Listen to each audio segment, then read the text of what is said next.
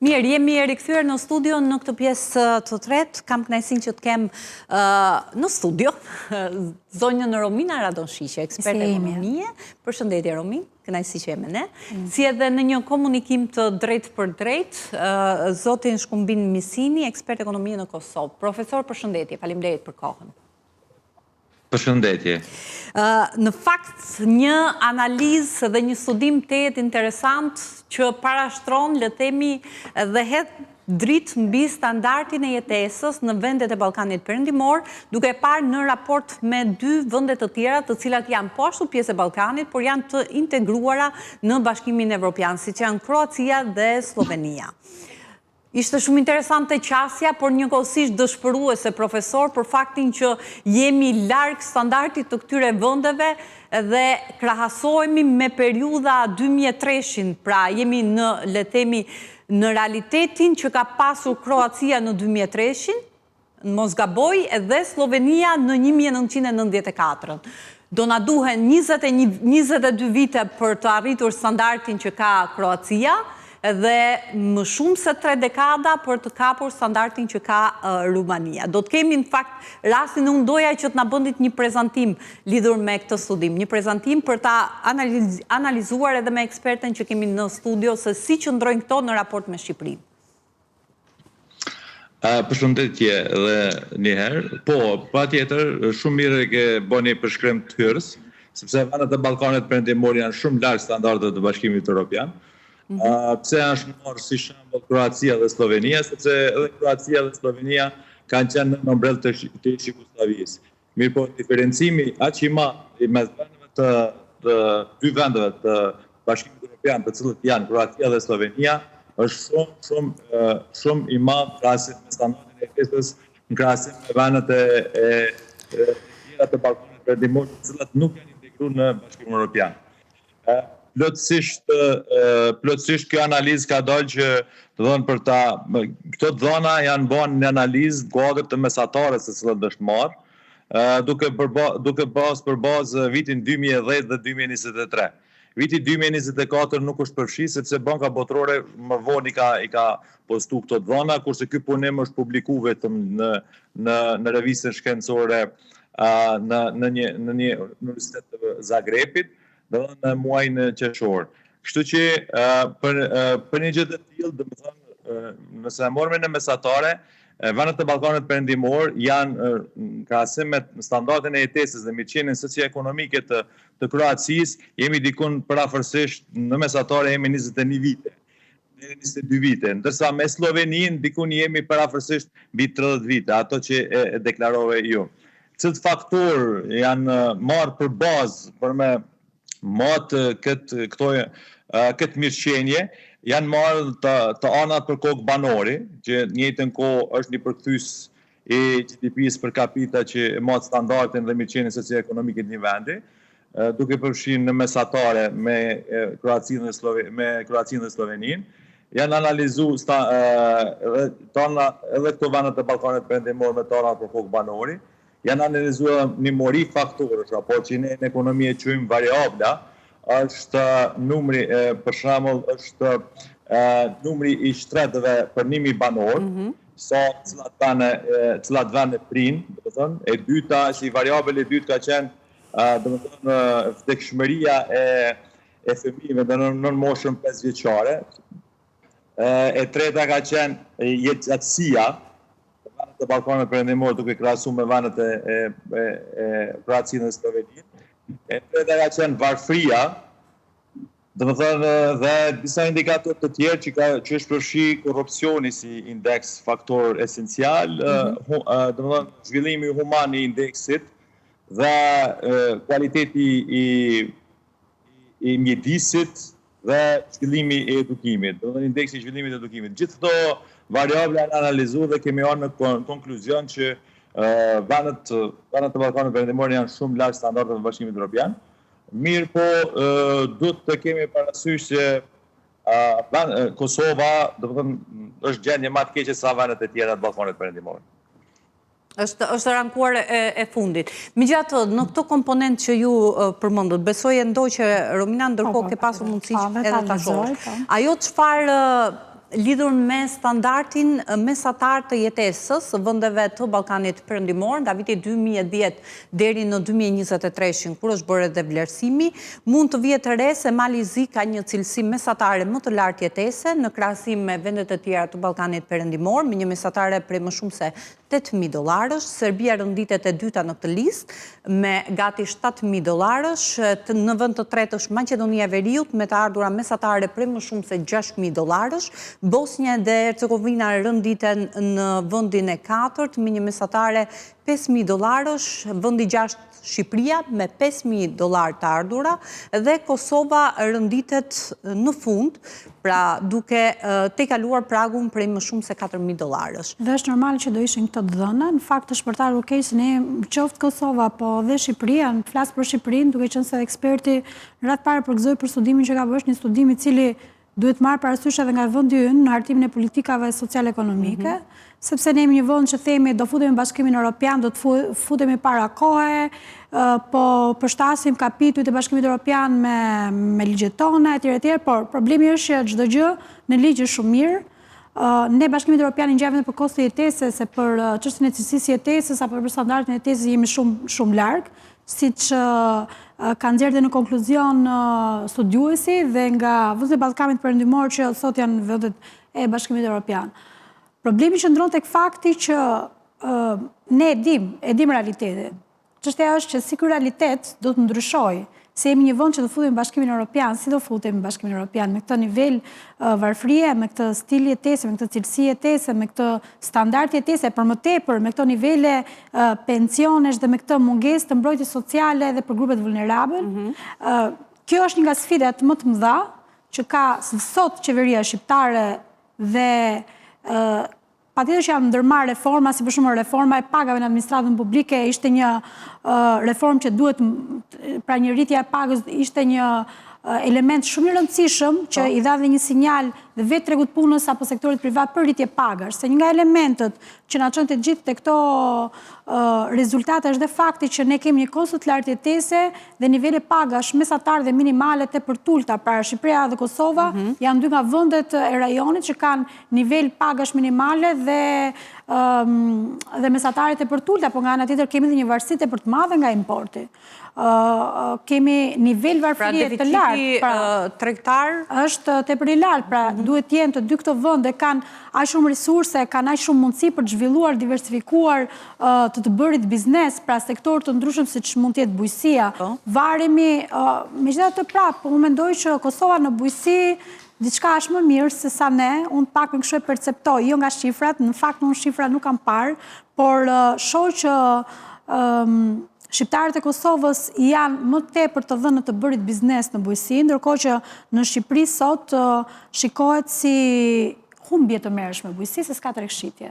Dhe një biznes më fitimprurës është të merresh me turizëm. Patjetër që të merresh me turizëm është shumë mirë. E tregoi në fakt edhe Instat, të paktën në rastin e Shqipërisë, një rritje ekonomike prej 3.5% dhe mbështetur kryesisht në ndërtim dhe shërbime. Turizmi, transporti ishin ato të cilat kanë kontribuar le të themi në këtë rritje dhe ndërkohë kemi një ngecje të sektorëve kyç dhe që garantojnë një rritje të qëndrueshme siç janë industria dhe bujqësia, që ka një peshë të konsiderueshme. Jemi një ekonomi që varemi nga shërbime dhe nga tregtia patjetër, por që jemi një ekonomi e cila nuk krijon qëndrueshmëri dhe një qëndrueshmëri në periudha fatgjat, se një qëndrueshmëri në periudha fatgjat e krijon industria, në cilën kemi dhe uljen e besimit, jo vetëm nga bizneset, por edhe nga qytetarët në lidhje me industrinë, por krijon dhe bujqësia. Ne jemi një ekonomi që mund të kemi avantazh konkurrues me bujqësinë, nëse patjetër do të mbështeten fermerët, nëse patjetër ato çmimet e marrëve të importit nuk do jenë më konkurruese në treg, se patjetër çdo individ, çdo qytetar do të shkojë tek çmime më të ulta sepse edhe niveli të ardhurave është i ulët. Është i tillë. Profesor, unë do doja që të ndaleshim prej secilin këtyre variablave apo komponentëve të cilët ju keni marrë në konsiderat për të realizuar këtë studim, edhe për të kuptuar se çfarë keni evidentuar, sepse bët le të themi një pasqyrim të përgjithshëm, por unë do doja të ndaleshim në secilin prej tyre, sepse tek të paktën ajo çfarë krahas të tjerave, çfarë më bëri përshtypje në këtë studim ishte fakti që kishte të bënte me shkallën e vdekshmërisë nën 5 vjeç për 1.000 lindje të gjalla. Dhe në fakt shkalla e vdekshmërisë nën 5 vjeç në Ballkan pasqyron një lloj pabarazie në aksesin e marrjes së shërbimit së kujdesit, pra kujdesin shëndetësor. Po ashtu tregon edhe statusin socioekonomik dhe infrastrukturën që është në këtë drejtim. Dhe Shqipëria dhe Kosova janë të fundit në këtë drejtim, apo jo, pasi regjistrojnë numrin më të lartë të fataliteteve, përkatësisht në Shqipërinë 9, që është gati 2 fish më lartë se mesatarja e vendeve të Bashkimit Evropian, dhe Kosova 10 vdekje për 1.000 lindje të gjalla. Po, plotësisht pajtona, po para se me fillu me sqegu një gjë të tillë, për lidhje me pyetjen e juaj, unë kisha analizuar pak të rritje ekonomike. Kosova në 15 vitet e fundit ka pas rritjen më të madhe ekonomike në vendet e Ballkanit Perëndimor.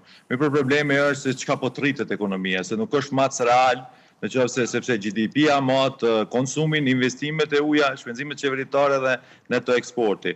Faktikisht Kosova, edhe ne përsëriti, 15 vitet e fundit ka primë rritje ekonomike. Mirë është, kur ta analizosh nga këndvështrimi i rishpërndarjes së të arnave, është një ndër vendet me një varfëri më të madhe në rajon, me një papunësi më të lartë në rajon. Dhe nëse e specifikojmë një gjë të tillë, nuk është rritje ekonomike në qoftë se vetëm një indikator të rritet. Rritje ekonomike është kur është gjithëpërfshirëse, kur në aspektin, do thonë, rritje ekonomike dhe zhvillim ekonomik ndon dy kontëstrime të tjera. Patjetër, rritje ekonomike është kur përkthehet më shumë mirëqenie për qytetarët. Unë tash koncepti jem, për shembull siç është edhe Joseph Stieglitz që ne ka paraqitur një gjë të tillë, dhe që është kundërshtari i kësaj, do të thonë çdo parametër të cilën ten, për shembull rasti konkret i Kosovës, ne kemi rritje ekonomike, përsëri kemi, parashikit që si vjet me pas rritje ekonomike 3.6, po një indikator e kemi që kemi rritje, e kemi veç konsumin është të rrit. Mirë, po konsumi po pasuron vendet e Ballkanit Perëndimor, sepse domethënë dikun pritet që mbi 7 miliard euro ne me importu brenda vitit 2025. Ndërsa ne as 1 miliard euro nuk eksportojmë. Domethënë, diferenca është shumë e madhe dhe kush pasuron e parën e gatshme që me jashtë. Në anën tjetër edhe institucionet ndërkombëtare, po edhe institucionet e Kosovës dalin që Kosova është krenohen me Kosovën sepse Kosova ka rritje ekonomike. Kosova ka rritje ekonomike, po zhvillim ekonomik nuk ka. Çfarë përfshin zhvillim ekonomik? Zhvillim ekonomik përfshin akses më të mirë në shëndetësi, akses më të mirë në arsim dhe akses më të mirë të qytetarëve në shërbime publike. Domethënë, këto janë, domethënë nuk mund të kreno me një rritje ekonomike kur ti ke mungesë banave esenciale.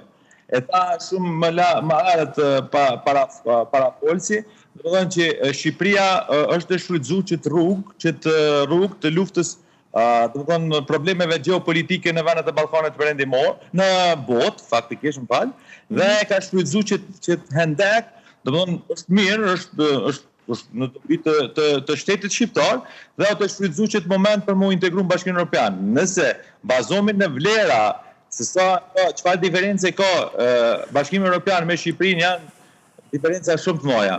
Sa i përket pyetjes së cilën e bën konkretisht, është po është shumë e vërtetë, Kosova prin me një numër të vdekshmërisë në moshën 5 vjeçare, në moshën 5 vjeçare për 1.000 banor. Domethënë këto janë dhënat vitit 2023. Dhe Kosova prin, domethënë në çdo 1.000 banor, domethënë 10 persona në moshën 5 vjeçare, domethënë vdesin. E dyta është Shqipëria, që është shumë e çuditshme edhe Shqipëria, sepse domethënë pothuajse të njëjta janë edhe Kosova dhe Shqipëria në një njëjtin ritëm, vetëm se dallon me një përqindje shumë të vogël. Ajo çka është për më shqetësu, është edhe kjo numri i shtretëve për 1.000 banor, po.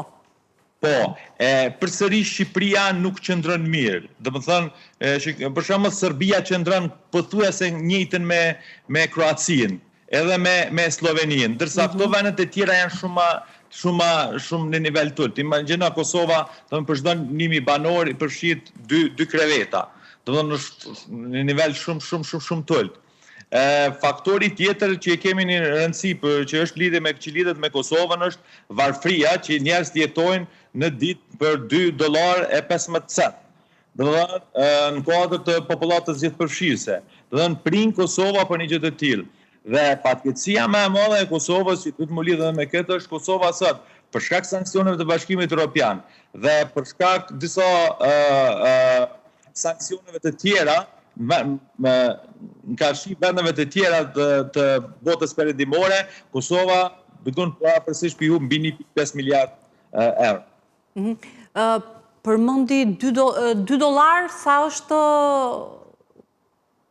kostoja? Po, nën $2, dikon 5.1% popullatës jetojnë në Kosovë. 5.1% të popullatës jetojnë me më pak se $2 në ditë. Po. Që di që jetojnë në varfëri absolute, janë në varfëri absolute, se me kaq që nuk mund... Si qëndron ky raport në Shqipëri, ne mos gaboj 5-6 kemi një përqindje... Jo, $5 ka qenë dikur, po gjithsesi çështja është këtu që ne i referohemi shifrave, sepse gjithmonë shteti, por dhe studiuesi duhet i referohen shifrave. Patjetër që në shifra dhe shpeshherë vetë ekspertë ekonomistë ndonjëherë nuk bien dakord edhe me shifrat, sepse ka kontradikta midis statit, midis asaj që thot Banka e Shqipërisë dhe Banka Botërore ndjes, edhe institucioneve tjera ndërkombëtare.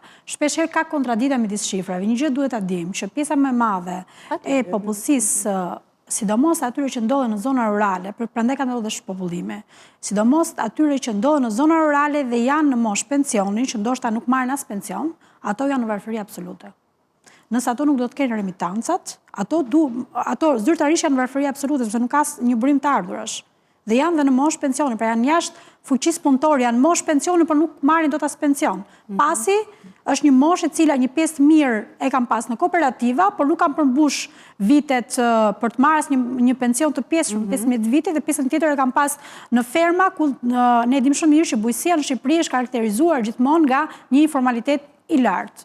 Kështu që le të themi ato shifra flasin për këto dy vende që kanë në Shqipëri jetojnë dhe në Kosovë jetojnë individ, një numër që nuk është relativisht i vogël, një përqindje as e lartë s'është, por është një përqindje që nuk duhet ishte kaq në varfëri absolute. Pra që do të thotë që as në kufi mbi jetesë nuk mund të jetosh dot me $2. Me kostën e jetesës, se ne flasim për kostën e jetesës në Shqipëri, po dhe kostën e jetesës në Kosovë është goxha e lartë.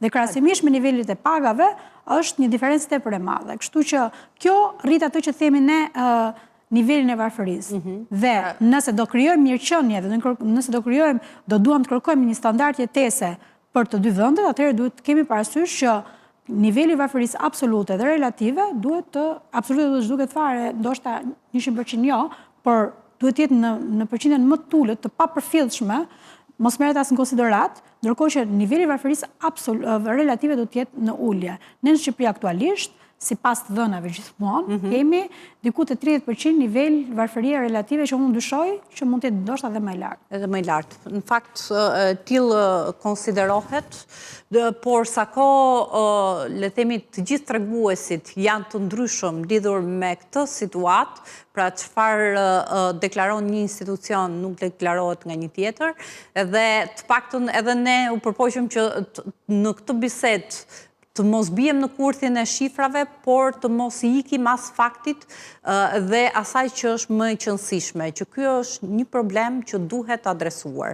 Pra që ka një kategori dhe një pjesë dërmuese të popullatës që është në kufin të varfërisë ekstreme. Dhe dikush e tregon këtë dhe besoj se dhe eksperti do jetë dakord me mua niveli remitancave. Dhe në Kosovë dhe në Shqipëri kemi nivel tepër të lartë remitancash. Plurjet nga emigrantët janë të larta. Plurjet, dërgesat e emigrantëve janë të larta. Për sa kohë janë dërgesat e emigrantëve kaq të larta në këto dy vende, do të thotë që ato janë burimit të ardhura për këto familje. Po, është vërtet. Për këto familje. Megjithatë, profesor, në tablon që ju paraqitët, dhe unë nuk i iki dot atij fakti që jemi më shumë se 2 dekada larg realiteteve që janë këto dy vende. Çfarë bën situatën të tillë, pra në gjykimin tuaj, duke qenë se bëhet fjalë për 6 vende të cilat aderojnë apo kërkojnë më saktë që të jenë pjesë e Bashkimit Evropian. Çfarë bën situatën të tillë në këto vende, pra që të jenë larg, vite larg standardit të vendeve si që janë Kroacia dhe Slovenia, në rastin konkret? Përsëri po lind të kërkej falje, po përsëri po linda me parafolsin. Është shumë e çuditshme që në Kosovë, po mënej Kosova dhe Shqipëria, dy indikatorë që kanë rritje ekonomike është konsumi dhe shpenzimet publike. Kosova 4 vitet e fundit nuk ka pas investime publike shumë, po drejt për drejt është varur prej konsumit. Shqipëria ka pas investime, po njëjtën kohë ka rritë edhe borxhin publik. Domethënë, borxhin publik e ka shumë të lartë krahasim me Kosovën për shembull. Na e kemi 17.2% në raport me GDP-n. Dhe ideja është që fokusi i tyre ka qenë veç në konsum dhe investime shpenzimeve publike. Dhe që dallon shumë prej vendeve të tjera, për shembull, dallon shumë prej Serbisë, për shembull. Serbia ka një mirëqenie shumë më të mirë socio-ekonomike, sepse ka eksportin më të lartë. Ka biznese, domethënë korporata shumë të mëdha investuese nga vendet e ndryshme të botës që kanë investuar aty. Dhe domethënë, ne çto remitenca që i kemi, për këtë arsye bizneset janë fokusuar te ndërtimi, sepse këto remitenca janë fokusuar këtë në blerje patushmërive, duke fshirë tokë ose parcelat të tilla që janë afër rreth e Tiranës apo diku afër ndonjë qyteti më të madh, domethënë që është rasti Durrësit e tjerë, e njëjta gjë është edhe në Kosovë. Domethënë 75% të remitencave ne i dërgojmë në patunshmëri. Pjesa tjetër shkon krejt në barrjen e kujdesit shëndetësor të popullatës. Derisa qytetarët ne i kemi të barë krejt për diasporës dhe bara e pensionistëve, domethënë paga minimale një pensionisti është 100 euro. Çka mund të blejë me 100 euro?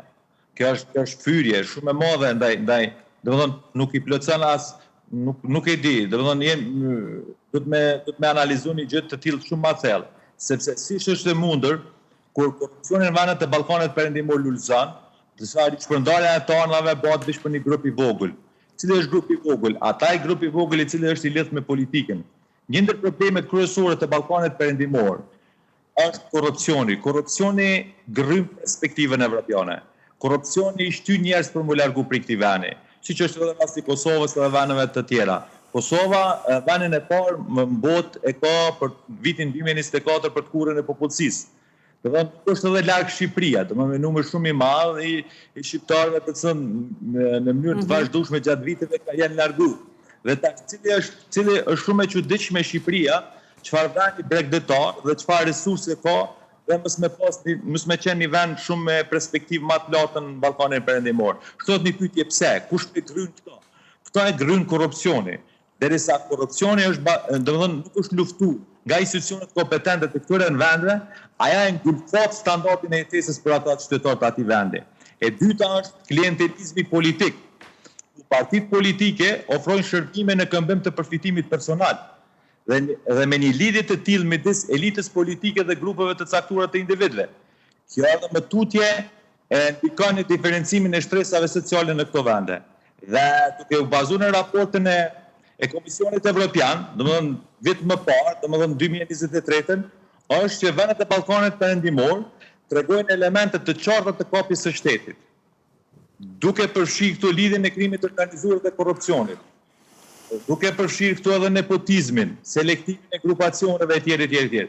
Këto janë ata indikatorë të cilët sado që të mundesh me pas resurse të jashtëzakonshme natyrore që mund të kesh përparësi në zhvillim ekonomik, mirë po kur ty e ki korrupsionin që të lexon, e ki shumë të pamundur për më zhvilluar, sepse për këtë ekziston shteti, rishpërndarja e tarnave do të më shku në mënyrë proporcionale, nuk mund më shku për me grupe të cilat interese të cilat individ të caktuar nuk janë të punu për institucione shtetërore, por janë të punu dhe të punësuar në interes të vetin personal.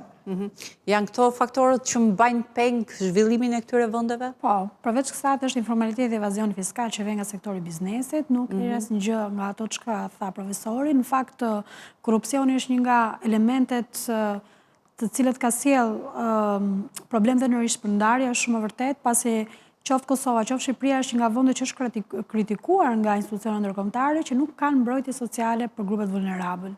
Pra ne shohim individ të cilët marrin transferta nga qeveria, të cilat janë të pamjaftueshme, me 8.000 lekë transfert nuk mund të bësh dot asgjë. Individët cilët janë me aftësi të kufizuara dhe përsëri kanë një subvencion pra nga qeveria, i cila nuk mjafton për të përmbushur nevojat e tyre. Pensionet është një plagë e cila besoj se ka dhe Kosova dhe Shqipëria, por edhe është një problem në fakt në gjithë vendet e Bashkimit Evropian dhe bututje pasi skema pensionet kudo ka probleme. Por çështja është në Shqipëri ne mirë që kemi nivele pensionesh të ulta, por kemi dhe problematikën që skema pensioneve është aq në deficit sa vazhdon akoma bëhet e tillë duke qenë se ka shumë të rinj dhe ka akoma pra probleme tregun e punës, ka shumë të rinj që akoma janë sot në auditore. Më besoni kam student dhe duan që të largohen vendet e Bashkimit Evropian. Kemi maturantë që ndoshta sot kanë fituar dhe regjistruar në universitete, por në degët që kërkon tregu europian i punës. Dhe nuk kanë qëllim të jenë këtu dhe të japin kontributin këtu. Kjo është nga problemet madhore. Pra, duket sikur ekonomia duhet rregulluar që nga tregu i punës. Patjetër. Pra në ato që mund të jenë fushat të cilat mund të sjellin më pas përmirësime në sferat tjera të cilat kërkojnë një ndërhyrje dhe mbështetje edhe se kategoritë caktuara mund të kenë nevojë edhe për mbështetje, le të themi edhe paketa solidariteti në kuptimin për të adresuar nevojat që ato mund të kenë. Megjithatë, në rastin e pensioneve është një skemë e cila edhe kur është diskutuar është konsideruar një skemë e cila bazohet në nivelin e kontributeve. Pra nuk është një skemë solidare në kuptimin që shteti, qeverit vendosin të japin edhe të vendosin në dispozicion le themi të moshuarve fondet caktuara për të rritur masën e përfitimit. Por masa e pensionit është në varësi të nivelit të kontributeve. Që dhe thot është në varësi të tregut punës. Në varësi të tregut punës. Pra vetmja gjë që kushtëzon është tregu i punës, duke qenë se është një skemë që mbahet prej kontributeve të cilat derdhen sot. Kontributet që derdhen sot janë nga ata të cilët janë në marrëdhënie pune. Edhe që ky raport i brisht ndërmjet numrit të pensionistëve dhe numrit të kontributorëve është ai çfarë shqetëson më shumë autoritetet, institucionet në situatën ku ndodhet. Mirë, profesor, nëse keni diçka tjetër për të shtuar, sepse kemi mbërritur në fund. Po. Po, lidhje me diskutimin që e bënë paraprake. Po, jam dakord ato që e thua për punën e participimit, mirë po nuk mundesh me shku në Bashkimin Evropian, drejt integrimit e Bashkimit Evropian me penzion 100 euro. Sepse ti je obligum si shtet për mirësinë e atij qytetari. Ti je obligum që i kujdesin shëndetësor, kujdesin e nevojës elementare për produktet elementare dhe kujdesin e banimit, sidomos të shpenzimeve të energjisë elektrike, të ujit, të gjërave elementare, je obligum si shtet për me përmbushat të qytetarit. Pa mërë parasysh a ka punu ai person 1 ditë, 5 ditë, apo 10 ditë. Ti je obligum një gjë të tillë me bë. Vendet e Ballkanit Perëndimor janë shumë larg ndaj plotësimit të këtyre nevojave të cilat i kanë. Çka shoh unë si vendet e Ballkanit Perëndimor, çka duhet të veprojnë ata? Domethënë ne kemi shumë shtete, kemi raste empirike të cilat i kemi Hong Kongun, e kemi Malajzin, e kemi Tajlandën, të cilat Tajlanda lutëzon, domethënë ka marrë edhe mjete financiare nga Fondi Monetar Ndërkombëtar dhe Banka Botërore ndihma, dhe është vazhduar edhe me tutje.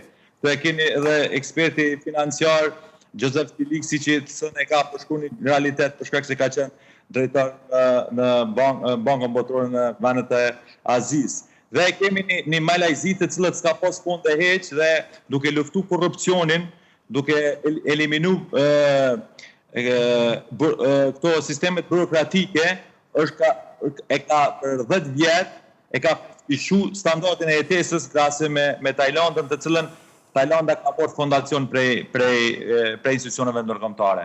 Kështu që për këtë arsye po them që është përparësi absolute në qoftë se ki resurse, si që është rasti konkret i Bregdetit që e ka Shqipëria, ose rasti konkret e ki Greqinë, për shembull, llogaritën ndër vendet më të bërfa në Evropë, ndërsa ka një Bregdet jashtëzakonshëm.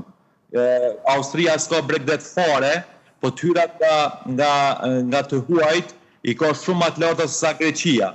Domethënë, këtu emëruesi përbashkët është asgjë diçka tjetër përpos korrupsionit. Kur korrupsioni lulëzon një shoqëri të tillë, të cilën vendet e Ballkanit Perëndimor e kanë përçapu aq mirë, çka që është bo dhe kultur në vendet e Ballkanit Perëndimor, sepse nëse i thu që ka ardhur me këtë prejardhë të pasionistë, është i zgjuar ky, është i zgjuar, sepse din me mashtru, din me gënjy, dhe din me një formë thjesht me thonë, din me vjedh. Dhe korrupsioni, çfarë të zhvenin në të është? E kemi Venezuelën e vendeve të tjera, çfarë të pasuri le të ketë, korrupsioni kur ekziston, nuk luftohet, ai vend kur s'ka perspektivë. E qartë, mirë, profesor, unë ju falenderoj. Kënaqësi që ishit me ne. Faleminderit. Kënaqësi edhe për mua. Romina, faleminderit po ashtu, kënaqësi që të kisha në këtë hapësirë për të diskutuar mbi standardin e jetesës në vendet e Ballkanit Perëndimor. Faleminderit edhe ju që na ndoqët. Ne kemi mbërritur në fund të emisionit edhe për sot. Takimi i radhës është nesër në orën 16 deri atëherë. Kaloni sa më mirë. Miru takofshi.